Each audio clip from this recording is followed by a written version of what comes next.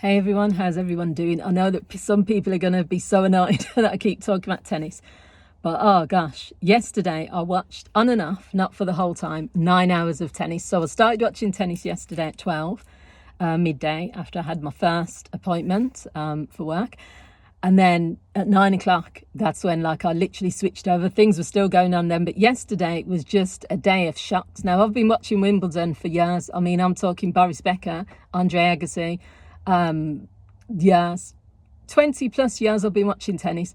But yesterday, it was just, this Wimbledon has been different for different reasons. First of all, some of the people I thought were going to be taking part didn't. Then it was the fact that Andy Murray, this is the first year where obviously he retired last year, so it just didn't feel the same. Then we had Serena's come back. That was a massive thing. I mean, that is just one of the most memorable parts of Wimbledon. But yesterday, everything was happening. I wrote some of it down. So you had Iga Swiatek, who was the defending champion, women's champion. She's out. And it wasn't just the fact that she was out.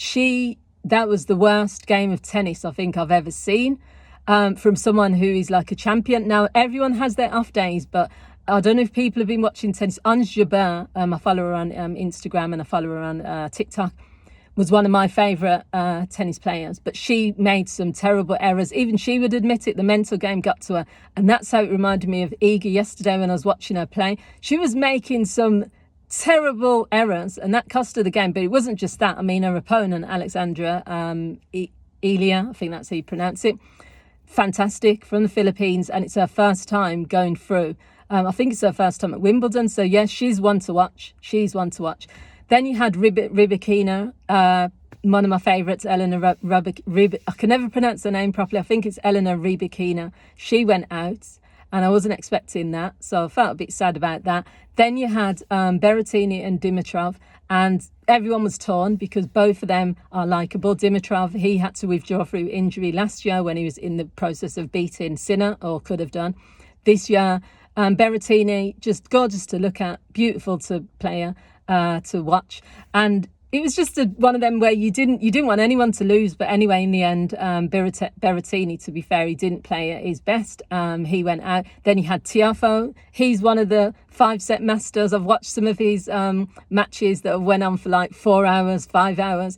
I'm sure he broke a record. He went out, so that was sad.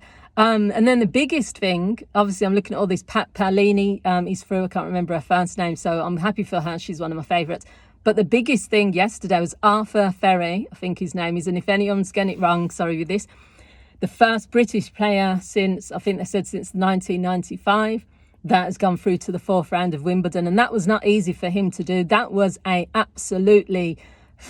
he put everything on that court. You know, when people say you put everything into it. And the thing about Wimbledon this year is lots of people have been trying that. They've been up, nearly about to take the set, they've nearly about to take the game, but then they've faltered, or the other player has just stepped up. But with Arthur Ferry, he did not give up, and I was really happy for him. I mean, he was in shock. The crowd was going crazy because obviously he's the last British player standing, and that's what Wimbledon's about. You know, it's held in England. It has more British players competing. So when you have one British player left, you just go crazy. So let's see what it's got to offer. But yeah, Wimbledon, it's been as interesting this year. But yeah, there's been some disappointments and some people that I've missed.